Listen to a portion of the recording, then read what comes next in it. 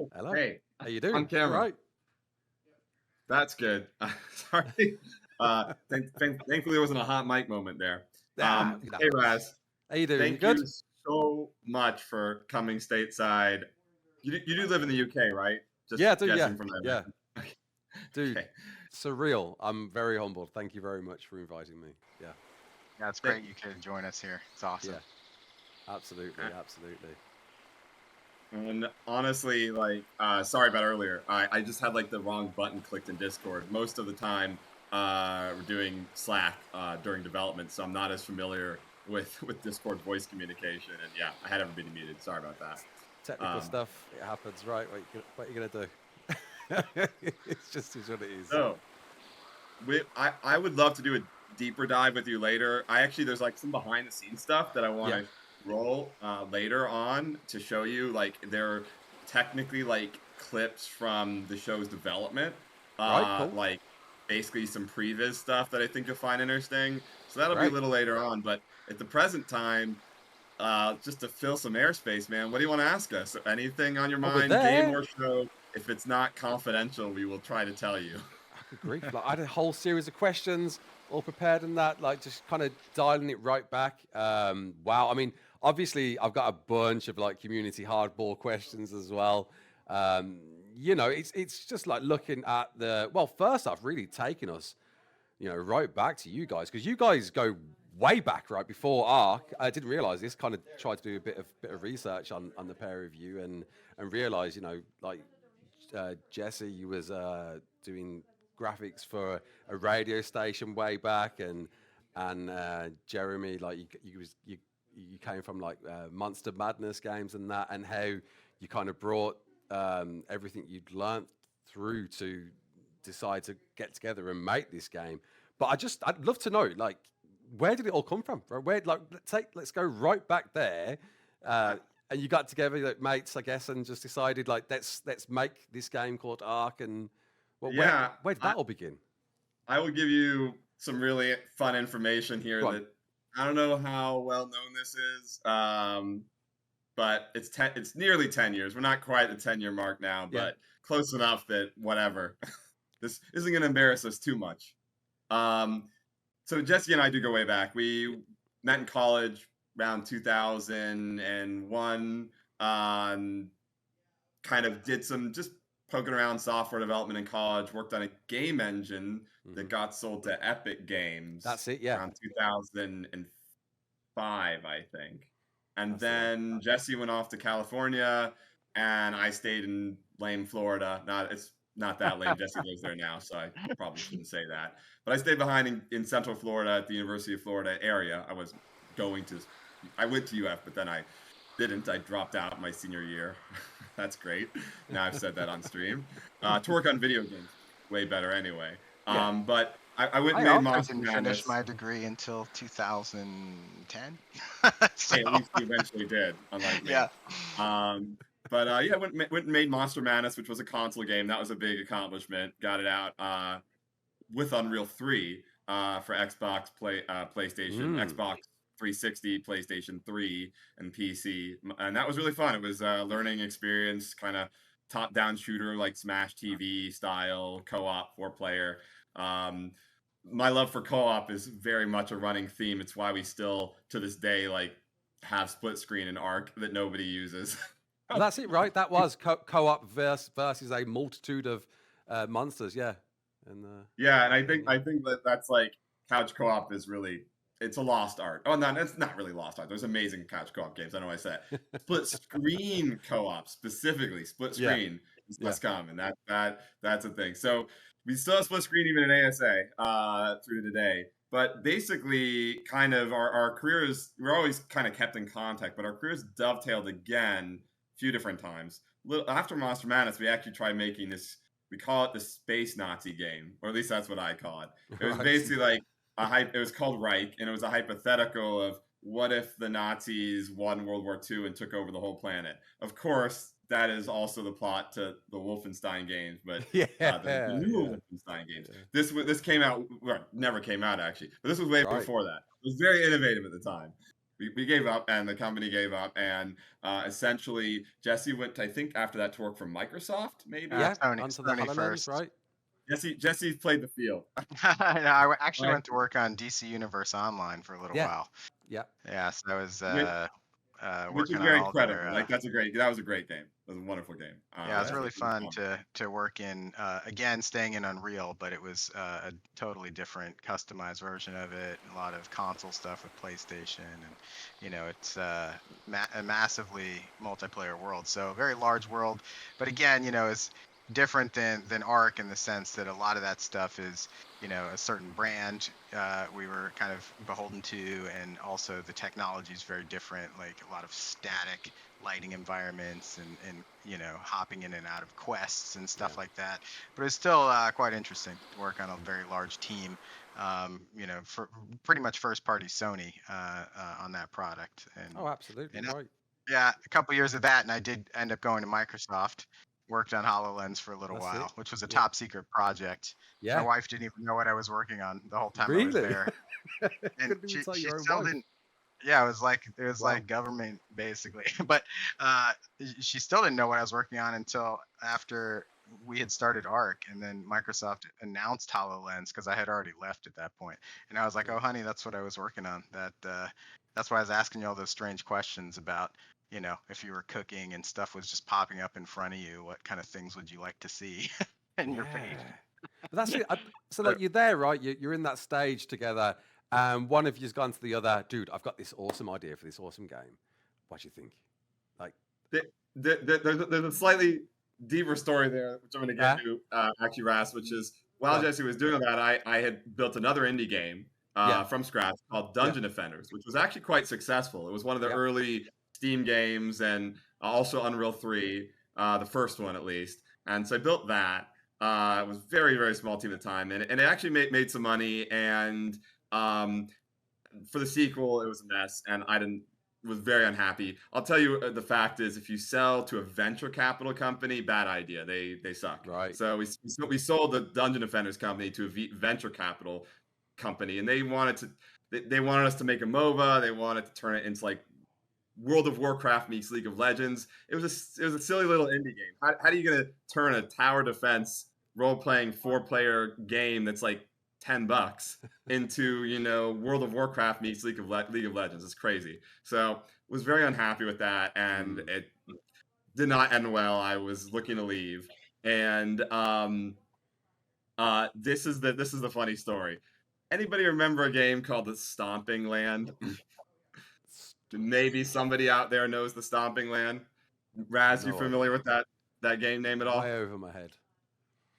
So Stomping Land was probably the first Loads of people in the chat. dinosaur game. Yeah. No, sorry. It was not like necessarily the first dinosaur game. It was more notable for being the first big early access game that completely failed. That like didn't get finished. Developer absconded. I don't know how you'd put it. And it was kind of like a little mini scandal. But this was an interesting thing. Actually, the developer of the Stomping Land, I didn't know he was making it, but he worked with me on Dungeon Defenders. Really nice dude, really nice guy. He was an animator on Dungeon Defenders, and he left after we finished the game, and he made the Stomping Land. And the reason this is so relevant is because I almost went to work with him on it. But it just circumstances didn't work out, and then the game did really well, and I was like, but it's the game like didn't even work. I know. You might say that about ARK, but my point is that I was like, wow, like people love. I mean, I love dinosaurs, but I was honestly like, if he could make a dinosaur game that really wasn't even a really working game, and it did really well, maybe this genre is really worth exploring and like doing it better. So it's relevant in that sense.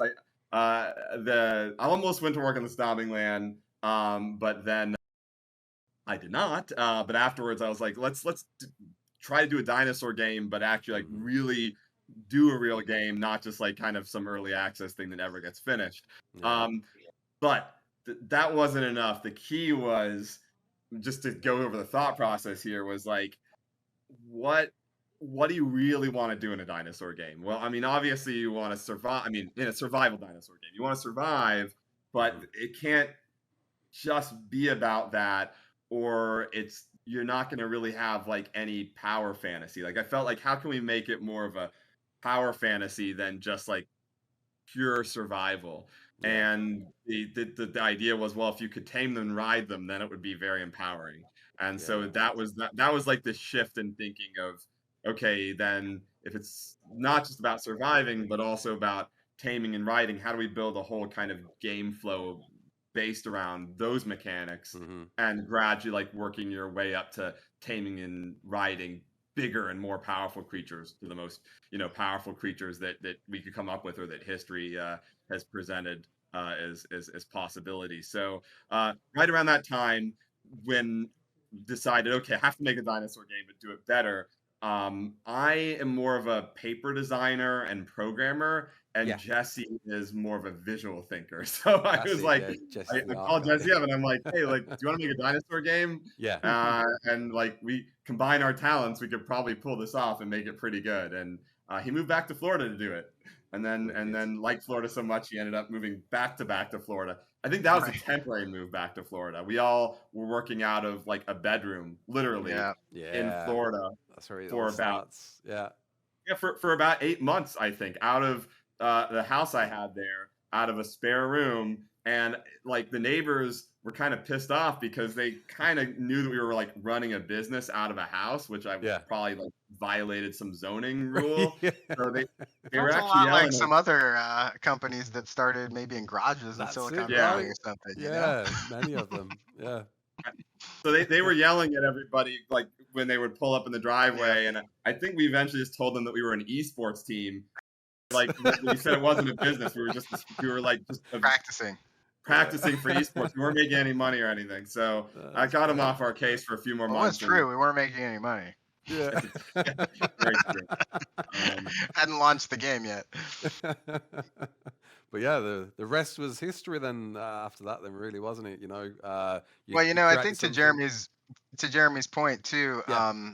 ARK actually as a game has a lot of hard problems that it solves that is very difficult to solve in Yeah. game development. I mean, we've got these giant creatures, these huge servers, it all has to be networked, they have to be able to animate and move and not get desynced, and the world has to be able to always be there whether people are there or not on the server. There's just a lot of problems that aren't solved for you with off-the-shelf game engines even today. Absolutely. So at the time we started with Unreal Engine 3, and we quickly realized that the new Unreal Engine 4 that was coming out was probably Yeah. something we should be building on. So a lot of our early months were really getting our sort of feet wet into the new engine, because they had ripped out what we were all used to, which was Unreal Script, and replaced it with Blueprint and straight up C++ programming and all this stuff. But there's so Yeah. many new things as well. And I think ASA was in a similar thing where UE5 is coming out, and Yeah. it's again that shift of like technology. But back on the UE4 shift, it was very new for all of us at the time, switching to that engine, and top of that, solving all the gameplay problems that games like the Stomping Land and others were struggling a little bit with Unreal, to really have that type of mechanics in a large open world game. And I think Absolutely. to Yeah. some degree that's why ARK, I think it has been so appealing, is because there's not a lot of games that have these giant creatures, the ability to build stuff, to ride around. And it's not Variety. perfect Yeah. because the technology can't make it perfect all the time. Like there's always going to be edge cases. There's always going to be things that happen. But we try our damnedest every day to, fix bugs and solve problems. And, that's why we decided to go out early access originally, because we knew Yeah. we couldn't foresee all the issues, and testing with a small team, we would never be able to find all the problems. And I think that first few months of early access really helped us get Yeah. there on a lot of that stuff, and really sort of set the roadmap for how we were going to develop the game, and what mechanics people were going to really like, and Well, that that we were able to have that feedback loop with the community. There is exactly. a prototype of the game very early on that was Yeah. done in Unreal 3, and it was Yeah. funny.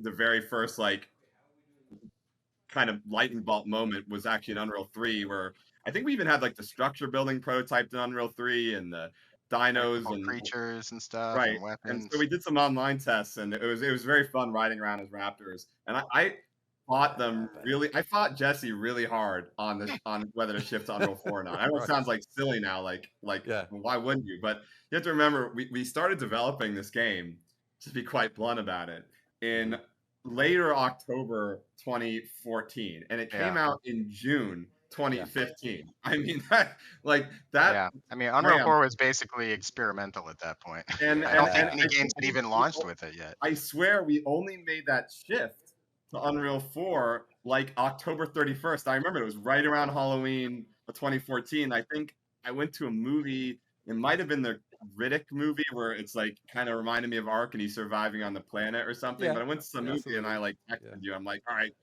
screw it. We'll shift Unreal 4. But like we had to basically start from scratch. I mean, because everything that we did in Unreal 3 was written in what was called Unreal Script, which was basically like a kind of like a Java style scripting language, and Unreal 4 was C++ or Blueprint.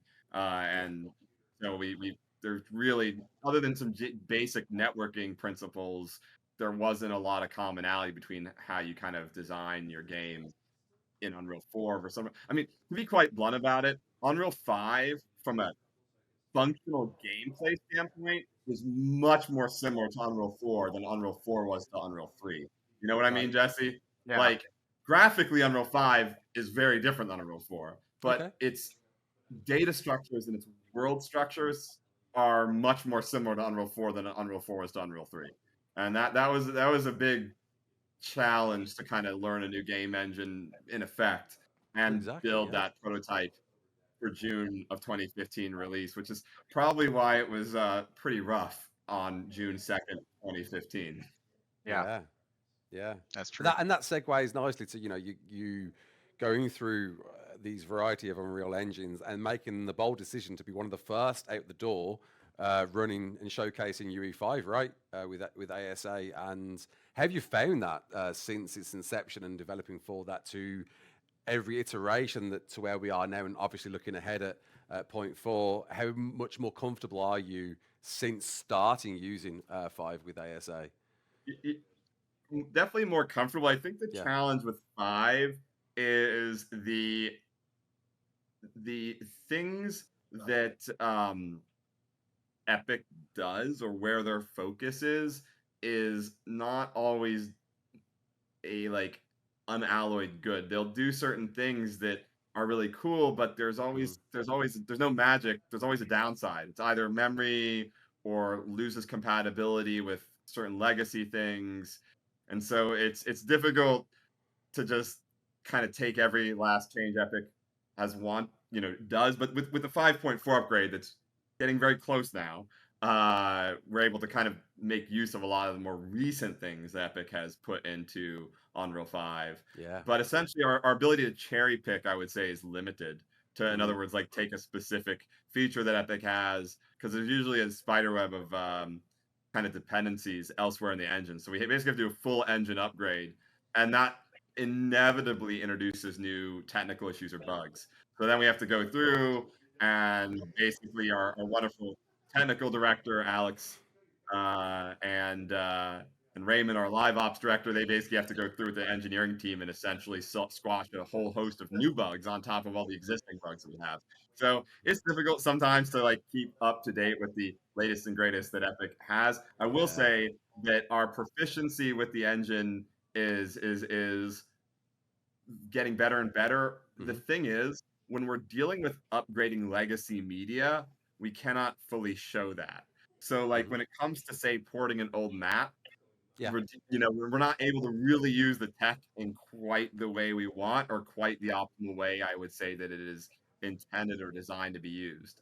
We are developing a brand new canonically advancing expansion for ASA that is going to be extremely badass and Whoa. brilliant.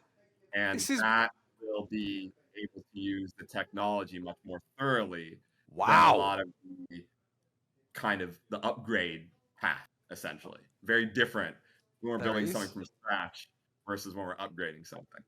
There it is. And can I pry you for a pipeline for that? And rough ETA, or have you got I any don't have an idea? ETA yet, but I will say you'll hear about it again by the end of the year. Right. So Cool. That's great news. Good to hear. Good to hear. Yeah. Obviously, it's been rumored for a while now that might be something around the corner, and there you go. That's great to hear. Appreciate it. Yeah. Yeah. And that's it, right? So, like, looking at the maps that you've brought over so far, you've had this great, unique opportunity to, readdress what new features or systems could you bring to these remasters, right? And obviously, there's a few things you've touched on with Scorched Earth, with the June effects you've got going on there, and Aberration, and the night cycle you've got going on there. Is there anything you're perhaps looking ahead at maps still to come that you're thinking of revising? Obviously, you can't reveal too much, but I have a fun one for you, but go it's on. not what you think. Go on. Probably it's probably the least thing that concerns someone who might be more focused on gameplay. Which Yeah. there's plenty of those coming with Extinction improvements in those areas, refinements, things we wanted to fix in the original version. But something that's near and dear to my heart is revising some of the aesthetics of the ending cinematic, in particular the okay, I'm just gonna call her the Cortana wannabe version Yeah. of He Who Waits / Helena Walker that we have at the end of ASE. Yeah. That is that that is very. We're doing something very different for that. So you'll Right. see more of it, I guess, when Extinction comes out next month. Mhm. But that's important to me because I really view ASA as the more formal canonical vision for Mhm. ARK that is frankly more about what ARK 2 is like.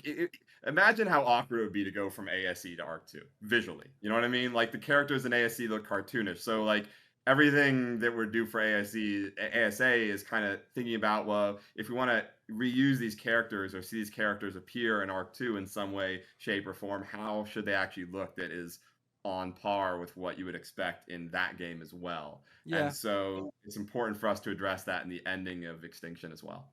Yeah, no, that's great. And I think but you wouldn't said that, ASA, you're trialing some ideas that you was hoping to kind of for players to adopt to learn what you vision for Arc 2. But are you finding now that's perhaps the opposite way around now?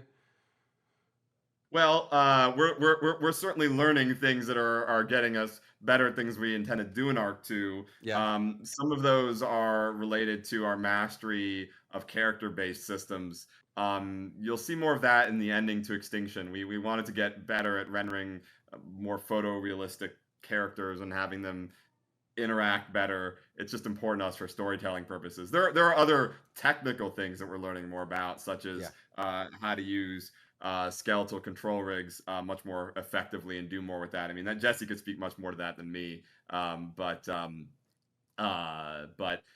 we also are kind of getting better at using Unreal's tools for monitoring performance syncs and so forth. So, like, ARC 2 is not going to be based on the same gameplay mechanics as ASA explicitly, but our mastery of Unreal 5, it would have been very difficult, I think, for us to jump right from ASE to ARC 2. ASA is a way for us to get really good at the stuff, so we can deliver the best product for ARC 2 when we eventually ship that. Absolutely, and like UE5 is still in its infancy, and what advantages can be provided in the future as time ticks on. Who knows, right? Well, I think one of the things that Epic had not fully addressed and still has some difficulty with is having a huge number of replicated moving entities at a simultaneous time online, where they have to have some degree of high fidelity collisions. It's different if they can just be like abstracted to kind of not having any physicality to them. But if they're dinosaurs like an ARK, they do have to have animation based collisions, skeletal-based collisions, that really does tax the servers, and that's where a lot of the performance goes, and a lot of optimization still remains to be achieved, because when we look at our server performance, a lot of the time in any given server frame still is related to updating those skeletal animations, to the physics related to that, and then replicating that out to up to 70 or more connected players. So that's still an area where I would say the engine is weak, and ARK is correspondingly still weak and needs to get better. And that's where a lot of the remaining server performance can come from. Cool. Yeah, no, that's great. Well, I don't know how much time we've got yet, but before I probably dig into ARK Animated and where that's, what that means to you guys and what you can see being developed as a result of that. Like I've got a few like quick fire questions from the community. You can it's either yes or no, or you can't answer, right? Let's go for it. You ready? Yeah. Yeah. Cryopods for Extinction. So cryopods for Extinction, I think that we would have them. I mean, I think that when it comes to like the live game ops, Jat, the EP is probably more well versed in them. Yeah. But I'd wager so. Jat's gonna have to be the final word on that. He really is the live game EP at this point. We kind of operate on a more strategic basis, Jesse and I. Okay, cool. Wildfire babies when? That one. So that one is an interesting question when you think about it more of like, so you're gonna have these like tiny little flyers flying. It's not that they couldn't be done. It's just it might look really awkward is the thing. Yeah, no, yeah, I can see it. Because it's kind of like baby flying creatures don't fly. You kind of need nests to make that like.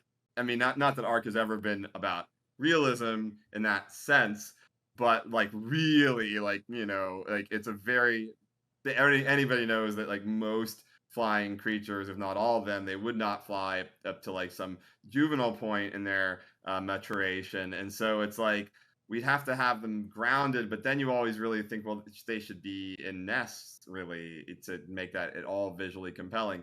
And I know like that argument holds true for probably many, if not most, of the land-based creatures as well. Like dens and nests are a thing that most kind of familial creatures would go through when they're rearing their young. But I think for flyers, it presents like a more extreme case for doing something like that. So it's the kind of thing that like we could add it in an hour if they're just flying around like they shouldn't be as little babies just flying with the parents. But I don't think that really would feel right, and it kind of would probably be more distracting than anything else. So the answer to when is when we get time to do nests. Now that's not, again, that's so doable much. It's just like I put it this way. There's a good shot at stuff like that next year, because our pace is a little different next year in terms of like cranking out canonical content. Like we're gonna release unofficial map, but we're kind of gonna take a slightly different pace next year, and maybe some of the TLC that the game could benefit from in areas like that can kind of be on the schedule.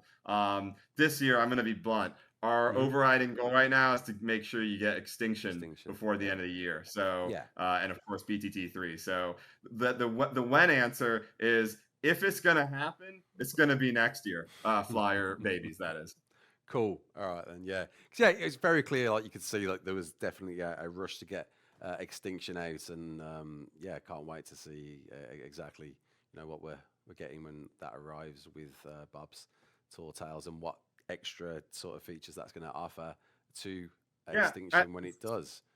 And something I want to mention about Bob's Tall Tales, which is maybe kind of, I mean, I think most people who've like really watched all those cutscenes probably know this, but it is essentially prequel content from a narrative standpoint for ARK 2.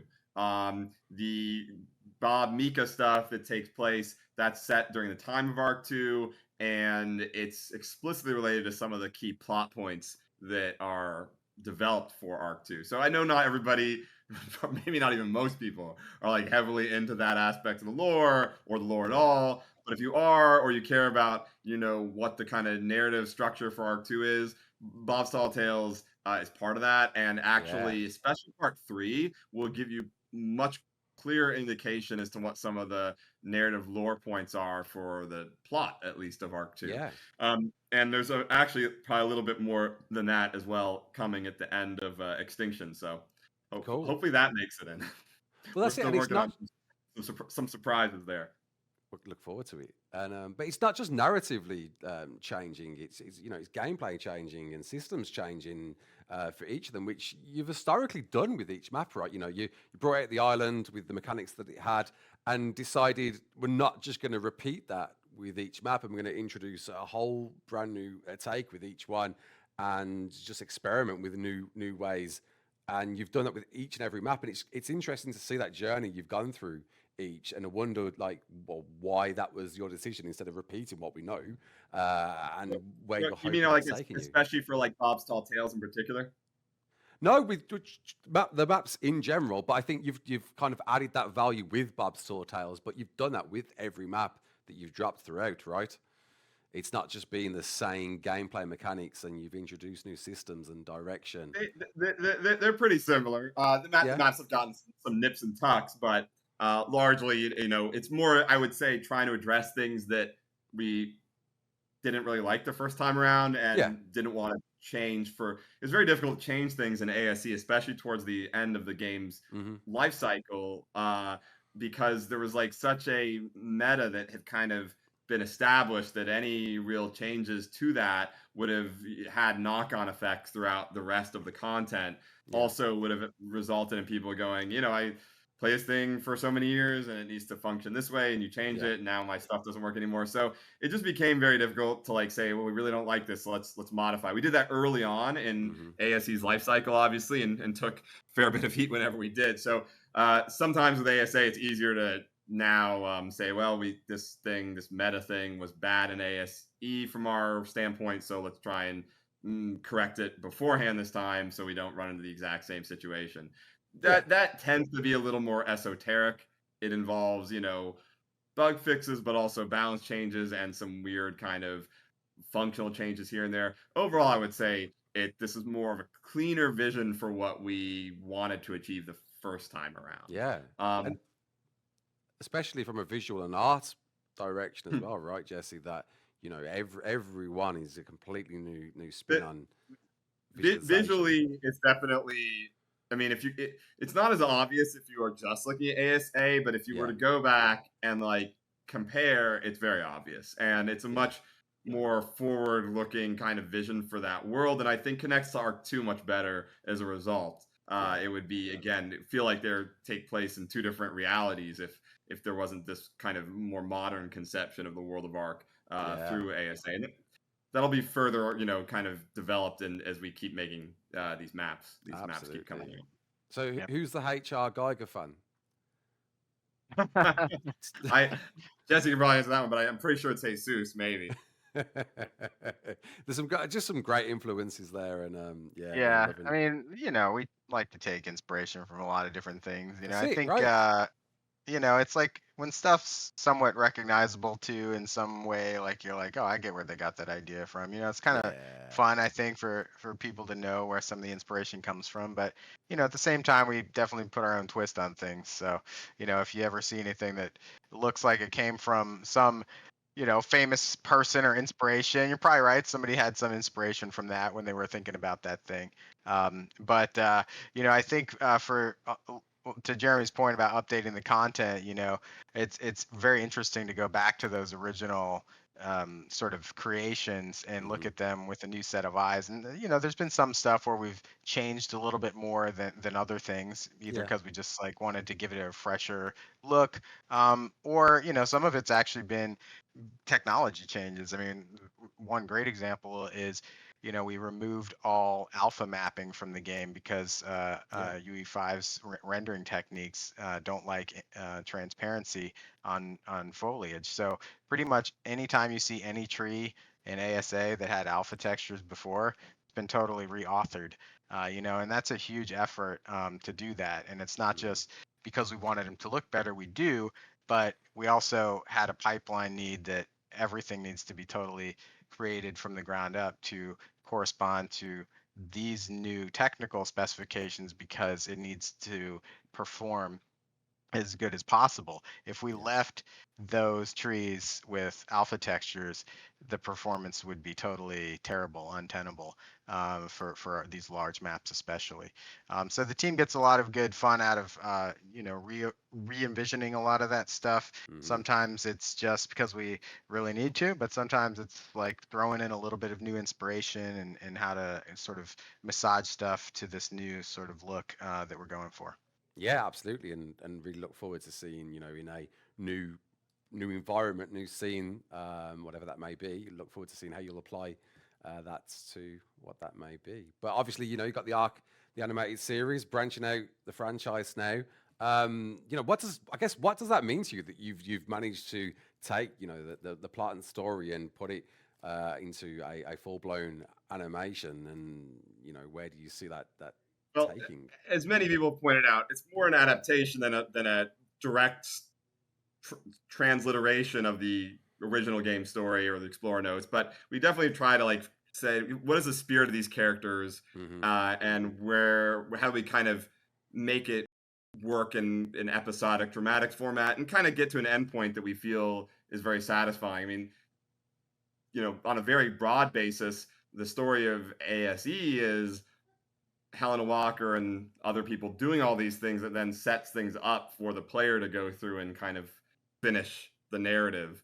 But for the show, it's kind of reworked so that the narrative is all in there, and there's no subsequent waiting around for an unknown survivor to go and do the things. And then, of course, the major changes to Rockwell's character that, but we believe. As time goes on and you see the kind of more episodes and hopefully get to tell the rest of the story, we're doing something very interesting, we think, with this character. It kind of inverts a little bit in some senses the what the game was doing with this character. It's almost like I don't want to get too specific to it, but it's its own path that I think is very satisfying in its own way. We just felt like there's some other reasons for it. I mean, just dramatically speaking, in the game's expansion packs, Rockwell's dispatched with it the second expansion pack, and then you have kind of a different antagonist / challenge to overcome in the third expansion pack, Extinction. So we needed just rework some stuff so that like there was still a way to have an overarching antagonist / goal that fit dramatically into the structure of the series into that third expansion pack of Extinction. So that's partially why we're dealing with Rockwell in a different way, but also we feel we wanted to give David Tennant some real subtleties to explore, which you'll see soon enough. And hopefully that'll shed a little bit more light on where we intend to go with it. But ultimately, I think what's the most important thing to me about exploring the story of ARK in the different, in this different medium is really getting down into some of the emotional themes that are just difficult to do in a video game. Not impossible. I mean, there are games that, obviously can stir up incredibly deep emotions and heavily narrative based, but generally for the survival genre, that's difficult. And while the story is backgrounded in ASE, being able to really foreground those emotional beats in the show is fun. Especially the idea, I mean, certainly there's a save the world element, no pun intended, to ARK story overall. But I really like the idea, and in the show we've really, especially in part 2, tried to hit on the idea of like, if you had the power to bring anybody back to life, if you and effectively therefore live forever, if you had the power to do that, like what would you do? Like would you use that? Would you abuse that? Would you try and shut that down? Like and everybody kind of views that a little differently based on who they are, where they came from, what their culture believed, and what they really believe as an individual. And I really, the dinosaurs are critical to that. But just the idea emotionally of that, and especially when you combine it with the idea that most of the people on the ARK died prematurely, because the idea is effectively that the character they are when they're reborn on the Ark is who they were when they died. And so unless you were like really, really, really old, you probably died before your time, before you would have liked to anyway. And so and usually that's going to be an unsatisfying death. What I mean is you're going to have a lot of issues emotionally with, you know, unresolved things in your former life. And so for characters that then realize there might be a way to see the people you loved again, or to be with them, or to even resurrect yourself potentially, as characters become more adept with manipulating the technology of the Ark. This becomes an interesting idea to explore, and really plays on some of the emotional themes of the show. And so to me, there are series, you know, television series and stuff that deal with similar themes to this. I think like Altered Carbon, I think, was the one on Netflix that dealt with a little bit of that. Yeah. But what I like about ARK is it takes it out of the cyberpunk context and puts it just into a pure fantasy context. Like you know, because Altered Carbon and shows like that, when they have this kind of theme, it's always like in the context of, well, it's a dystopian future and there's corporations that run the world, and like you have all this other crap like kind of getting in the way of just the core emotional idea of what this would really do to people and what it would mean to them. And so I like stripping out like all the other sci-fi BS that is in some of those narratives involving this kind of tech, and taking it back to just like this essence of like humanity, what it would mean to a human being, and humanity's story. And then of course the dinosaur aspect, because I mean, honestly, like the big dinosaur stuff, and there's a lot of it in part 2, which is very fun to see in animation. I just tell you, as good as it is in animation, it does kind of kill me a little bit that like I would love to see this stuff in like photorealistic CGI. Like, I'm not gonna lie, like it looks really good in anime form, these big action sequences, but when I see it, I'm like, my God, if anybody could ever do that, because it's just like you'll see an anime, you'll like it, I think, but you'll be like, God damn, that would be so awesome if because it's like, you remember Return of the King, right? That was pretty cool, like the big battles in Return of the King. Absolutely. But like the big ass creatures they had was pretty much just the Oliphants, right? I don't remember if there were any other like, there was the Nazgul that were riding on the wyvern like Nazgul. Right? But like imagine if there was an entire battlefield of giant ass creatures, and then the people as well. And it's like, that's what I want to see in photorealistic CGI. And I don't think I've ever seen a movie that's really given me that. Game of Thrones kind of almost went there on occasion, but you know, due to the limitations of television budget, it was like, you know, 5 minutes maybe at tops over a season, and even then kind of only with a few creatures. And so if that was your entire like battle, was that, and that's really what the battles are about. Gotcha. Yeah. I'd love to see it. I don't know if we'll ever get the opportunity to do it, but hopefully. The show definitely gets its opportunity, but in animated form at least. To say, you know, what this is all about, it's mostly a way of like hoping we one day get the chance to do it in live action. I'm just kidding. That's it, right? Yeah. I think like Doug mentioned it like years ago in an interview that was the hope, to kind of lead that way. And I'm sure it's measured. I think given how long the anime has taken to do, I don't know if it will ever happen. And then ARK 2's, you know, long development cycle as well. But I hope so. You know, just speaking as a fan here who loves this kind of stuff, and I like Jurassic Park and Jurassic World. Every time they come out with a Jurassic World movie, I'm like, this is the one where they're gonna turn the dial up. And every time I'm like, that was it. I was about to curse. That was freaking it. Like every time I'm like, where where's the creativity? Like, why don't they just go like crazy town with this? I mean, you could argue that quote Yeah. realism, but like those Mm. movies aren't realistic at all anymore. Maybe the first one was, but every Yeah. one after the first one just got progressively less realistic. So like, I mean, honestly, is it that unrealistic for somebody to ride a T-Rex? I mean, Mm. physically.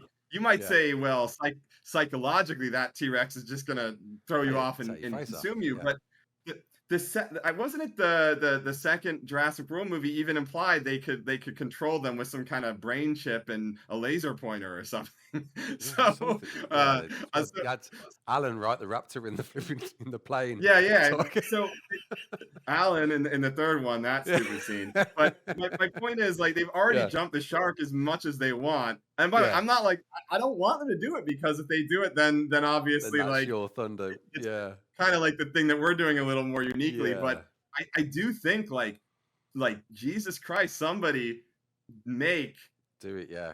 a photorealistic Mm. movie that's really going to give people this, that's going to give them this Yeah. fantasy on screen of seeing what it would be like to tame and interact with these creatures on a large scale. And there's one reason that I do think it doesn't work in Jurassic World, but then I'm like, Go they on. should just Planet of the Apes it. The reason it doesn't work in Jurassic World is, let's be real here, Yeah. a tank versus a T-Rex, the tank's gonna win every time.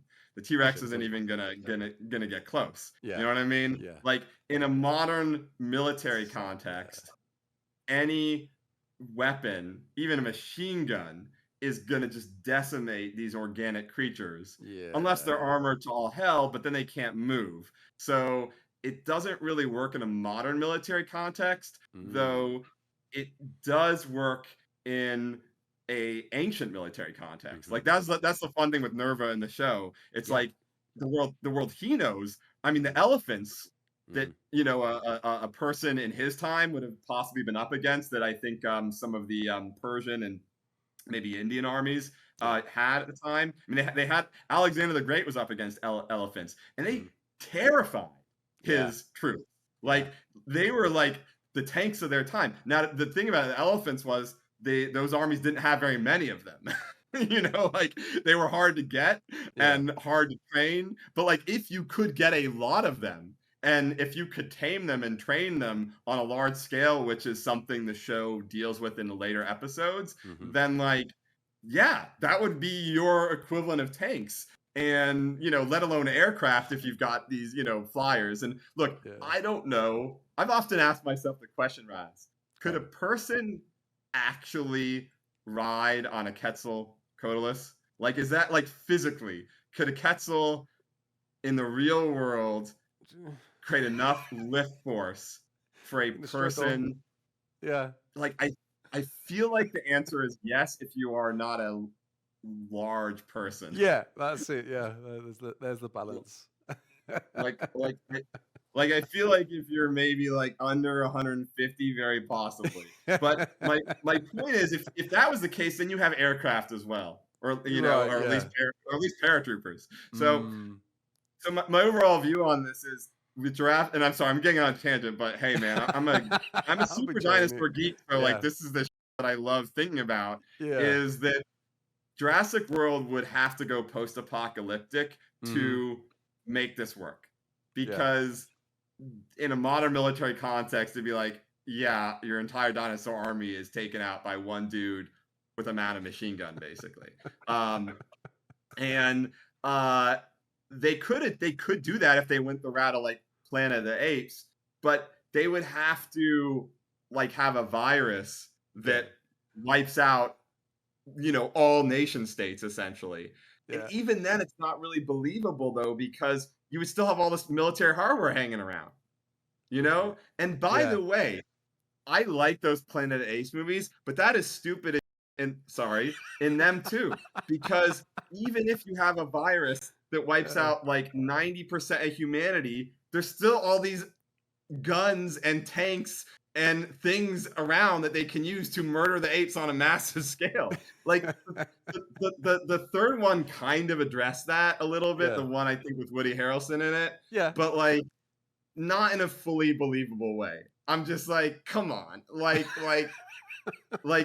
now, and I think the one they came out with, it's like the humans are all like dumbed down, like more in the Charlton Heston one, where it's like they've lost the ability to communicate and they can't really use the weapons anymore. But prior to that, it wouldn't even have been a contest. Yeah. And like, so I guess it's a problem when you're dealing with this military hardware. And honestly, it's a problem to some extent Yeah. that ARK kind of hand waves a little bit. Because you could say, well, the people in ARK, they have mounted guns and they mount them on the back of dinosaurs. This is very true. But why don't they, if they have gasoline and they have the ability to build all of these other mechanical objects, why don't they just build cars and vehicles? You think that would be a little more efficient? Wow. They'd be able to go faster, mount more things on them, carry more load. And honestly, we kind of are digging our own grave with this because we're adding cars Exactly, in a with Extinction. So it's basically like come full circle. We're like, yeah, screw it. We'll see where this leads.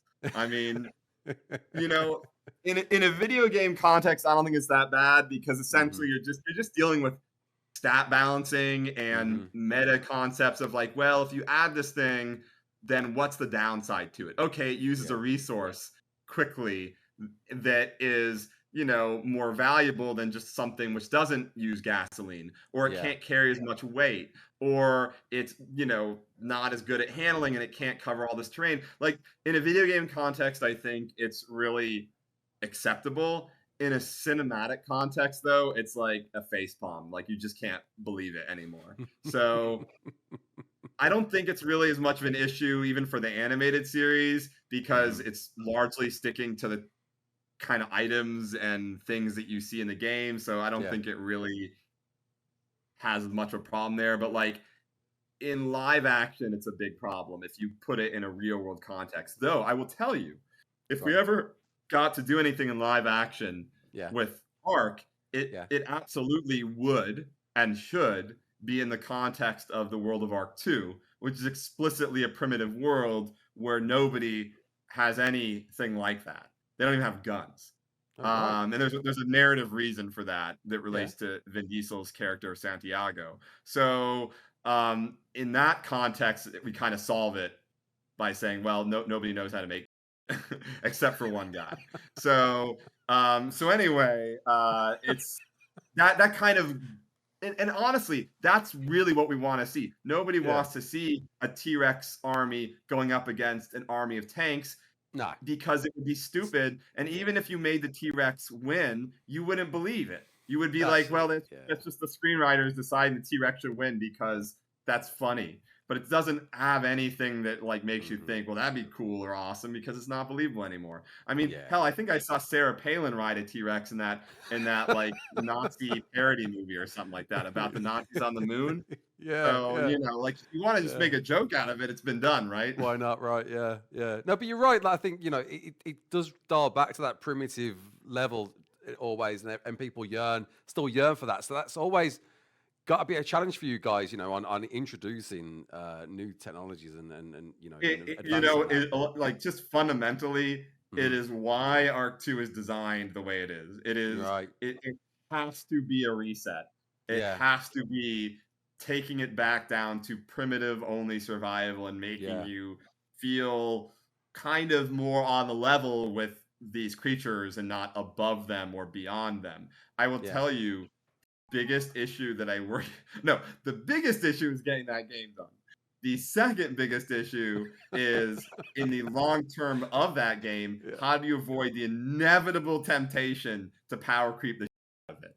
Because like that is such like a scary thing of like, man, if you build a game and you want it to have a 5 to 10 year life cycle, as soon as you start going down that slope of, well, would it be so bad if we just added a little like tech rifle there, or a little jetpack here, or a little rocket launcher there, or a little remote mine there, a little grenade here, it's like it becomes this snowball of like, oh, then we've already added that. It's not much more to add a semi-automatic machine gun. Yeah.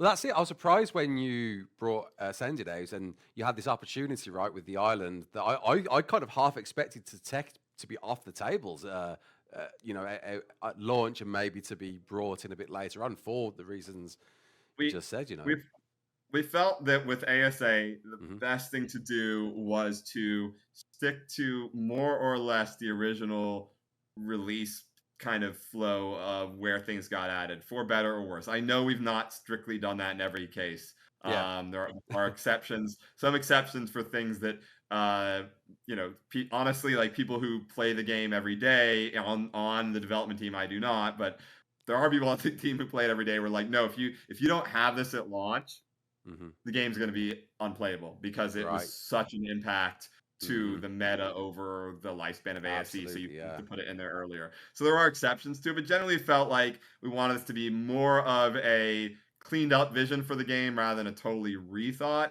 vision of the game. But obviously there are exceptions to that rule all over the place. The fully rethought vision is certainly ARK 2, in terms of like rethinking everything about what an ARK game really means. I will say though, the new canonical expansion we're working on it's intended to be rethinking really what it means to survive a little bit on a hostile environment. Because one of the things that I don't like so much is when we release like a brand new map or expansion and people instantly feel like it's just a new map and they can just they just like are super powerful. And I know we kind of like hedge that a little bit with like not allowing transfers for a while and so forth, but inevitably it still just feels like people within 12 hours have completely dominated everything there is about the new map. And so part of this is with this new expansion is to think about how can we create a longer tail for an environment that hunts you and isn't just about you hunting things. So that's about all I'll say of it for now. Well, that's exactly it, right? I think that was like, a lot of players have said for so long, bring back, 2015 ARK. And then you had this opportunity with the island and with ASA when it dropped. And then the realization kicked in when it did drop that's never going to happen again because people already know how to progress through the island, right? So you can't recapture that same sort of... The only way to do it is, without like completely taking away people's ability to have any items or any dinos or any weapons. Like, there are ways. The other way is to add active new mechanics that go beyond just like, hey, there is an environmental hazard, or hey, there is a bigger, better creature to find. So there have to be new kind of meta-game mechanics that sit outside of that game loop that kind of force you into the role of being threatened. It's just you have to kind of think about it. You have to add a new layer on top of what's already there to really make that work, unless you completely yank the floor out of the game. Yeah, absolutely. Definitely look forward to... I mean, admittedly, like for Genesis, the missions were kind of intended to do that, but I don't think super successfully, unfortunately. And like I think they added some fun like things to waste your time with, but they didn't really like change the nature of the game because they effectively weren't threaded into your kind of day-to-day living experience of the overworld, so to speak. So it's not about missions to try to kind of add that layer of threat this time around. No, cool. Well, before I guess I don't know. I've got no idea how much time we've got. I mean, I'm very happy to keep talking to you guys. I keep thinking like they're going to tell me to wrap up, but they haven't yet. I think we got about 5 more minutes. 5 more minutes. All right, then. So you got like one more question, Raz. One more. About 2 quick fire questions with yes or no answers, right? And then one more, and then that's it, right? So one is TLC plans for previous creatures.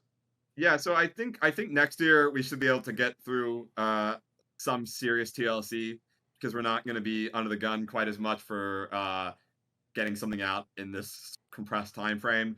I can't tell you what will be TLC, but I think there will be probably a priorities list.